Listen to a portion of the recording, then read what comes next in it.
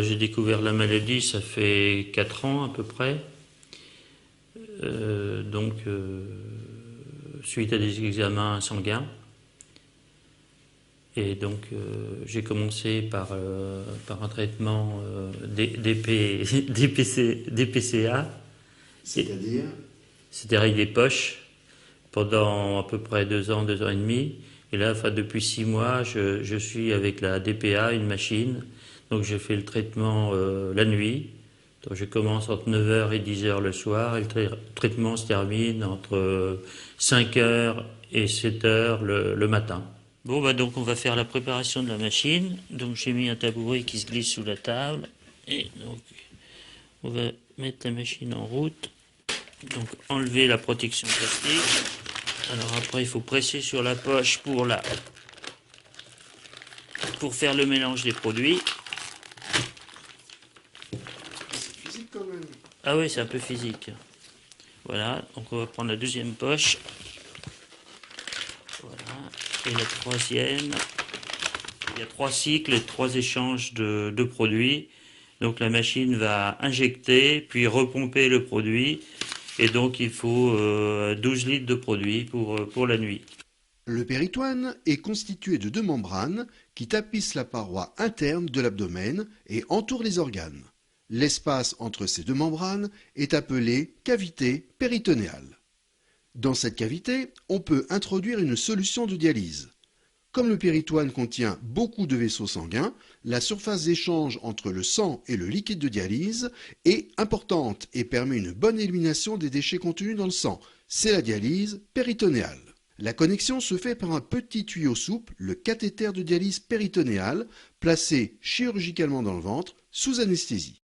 Le néphrologue et le patient décident ensemble de la technique de dialyse péritonéale la plus adaptée. Soit la dialyse péritonéale continue ambulatoire, où les connexions et les échanges sont réalisés manuellement, très souvent par le patient, 3 ou 4 fois par jour. Ou la dialyse péritonéale automatisée, où une machine programmable gère l'injection et le drainage du liquide de dialyse dans la cavité péritonéale. Le choix s'est fait principalement sur l'autonomie que ça me laisse pour ma vie professionnelle. Il n'y a pas de contrainte au niveau du travail. Donc là, il y a une alarme comme quoi le test est terminé. Je vais connecter la première poche.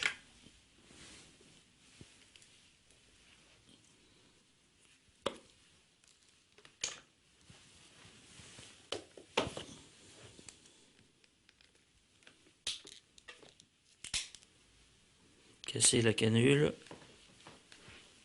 et ouvrir. La troisième poche.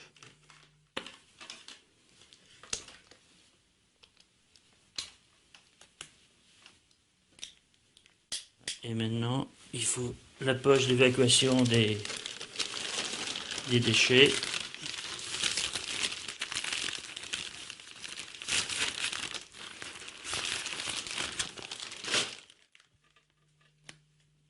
Là, je rappuie sur le bouton pour faire le nettoyage et le vidange des tuyaux.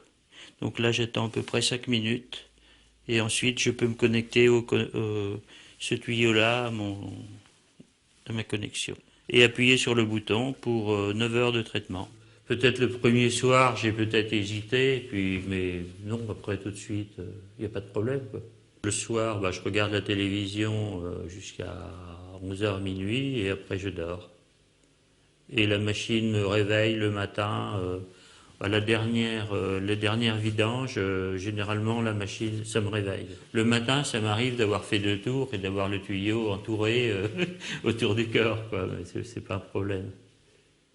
Donc quand c'est fini, il faut que je déconnecte la machine, que j'enlève vide la poche de déchets, que je range l'installation et c'est fini, quoi. Avec ce traitement-là, finalement, il n'y a aucune souffrance, pas de fatigue, il y a juste la contrainte d'être là tous les soirs entre 9h et 10h pour faire son traitement, quoi. C'est la seule contrainte que l'on a, quoi.